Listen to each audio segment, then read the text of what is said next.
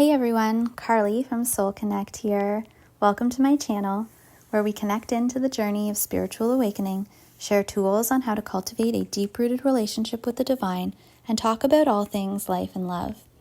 Today I want to elaborate a little on yesterday's card pull. I've been really feeling into the energies of the divine masculine lately. Pulling cards for this energy isn't something I regularly do, however, as it's easy, depending on where you're at on this journey, to take these readings literally, viewing your divine masculine or counterpart as separate from you. And this isn't helpful. It's going to keep you stuck. Now, please remember when I speak of divine masculine and feminine, I'm speaking in terms of energetics. So you may be the divine feminine energy within your connection, but be male in physical form.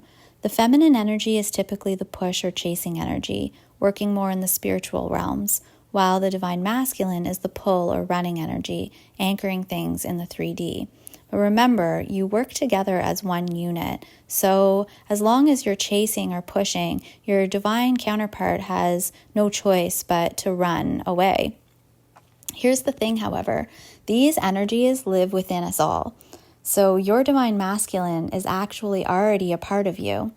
What has manifested into the 3D world is an illusionary split created through mind and ego, but you're already whole. This journey is about bringing your masculine and feminine energies into balance within. Only then can this be reflected in the 3D world. So long as you're focused on something external to you, you're going to stay looping. So long as you view your divine counterpart as separate, you will stay stuck in duality. This journey is about coming back to oneness, coming back to the soul.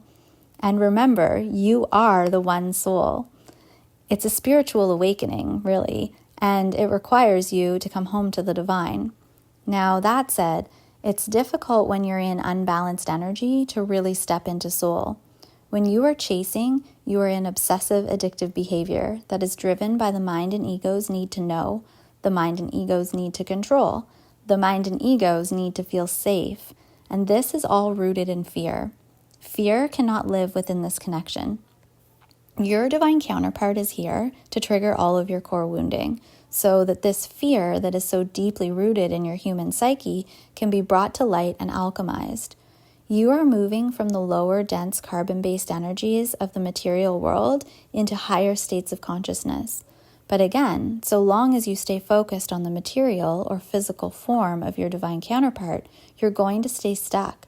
Now, that doesn't mean that you can never talk to them or think of them again, and it also doesn't mean that you will not come together. But these things cannot happen if you are in unbalanced energy. Every time you push your focus onto your counterpart with the intention of receiving something from them, some kind of validation, love, or having some sort of expectation met, any of those old world attachments, you're in chasing energy.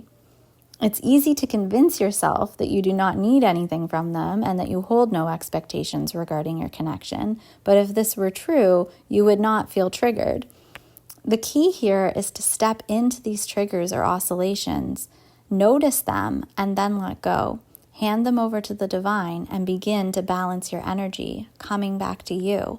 Now, remember, chasing doesn't always have to look like physically chasing, like texting or calling or checking in on them. You can chase energetically as well, simply by sending them light and love. If you're sending your light and love outwards to the other body, you're focused on the fact that you are separate and you're going to stay in separation. Pull that love and light back. Give it to yourself. You are the one soul. Both of you together are the one soul. Allow your inner masculine to provide for you the things that you look for externally: safety, support, love, compassion. Your inner masculine would not allow his feminine to stick around in environments that do not hold space for her intuition, her creativity, and passion. The embodied and balanced masculine is humble, grounded, and protective. He is wise and trusting. He holds space for his feminine to rise. Remember that Shiva, your divine masculine energy, lives at the crown of your head.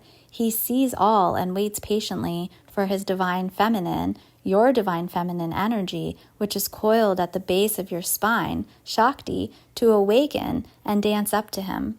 This is a weaving of the energies in and out, and this is what is happening when you are triggered. Your divine feminine energy was awakened upon soul recognition when you connected with your divine counterpart. And each time you're triggered, she has the opportunity to dance up through the chakra centers or stay coiled and stuck. And, she can stay asleep and stuck down at your base and root chakra, living in fear, potentially forever, or she can begin to dance up and also get stuck in these other chakra or energy centers if you're not truly balancing and opening and releasing. To weave and balance the energies, you really have to step out of mind and ego and begin to step into soul. Allow yourself to become the observer of your thoughts and emotions and let go of the past and the future, living fully in the present, handing all of that fear over to the divine and having faith. Toxic or unbalanced masculine energy is rooted in fear, and it can look like busyness, which is often a form of avoidance, really. It can also be overachieving, defensive, critical, and controlling. Many feminines step into this toxic masculine energy because they feel unsafe. Instead of cultivating a deep-rooted relationship with the divine or God and allowing their inner masculine to protect and hold space in an embodied way, they take matters into their own hands, feeling as though they have no other choice, and then become an extreme case of self-will run riot. This is where that crazy, unbalanced energy rooted in obsessive and addictive behavior sets in. When this happens, there's no room for soul. There is only fear and mind and ego. By beginning to cultivate a relationship with the divine through meditation, mindful movement, and nature, you will begin to ground some of that crazy energy. And once you are grounded, you can begin to work on balancing. Each time a trigger or oscillation appears, you can allow your embodied masculine to keep you safe so that your embodied feminine can begin to create the world you long for instead of manifesting more separation. If you've recently just been awakened to this journey and are feeling lost or maybe sitting in a lot of pain as you struggle to understand what is happening, my website is there with tools to help you begin to connect into the divine and resources such as my ebook, Awakening to the Journey, The Truth of Twin Flames. I also offer a weekly support group and private soul coaching sessions to help you begin to step into this embodied and balanced energy. If you found this video helpful, I hope you'll hit the like button and subscribe for more. Sending you all much love, friends. Until next time.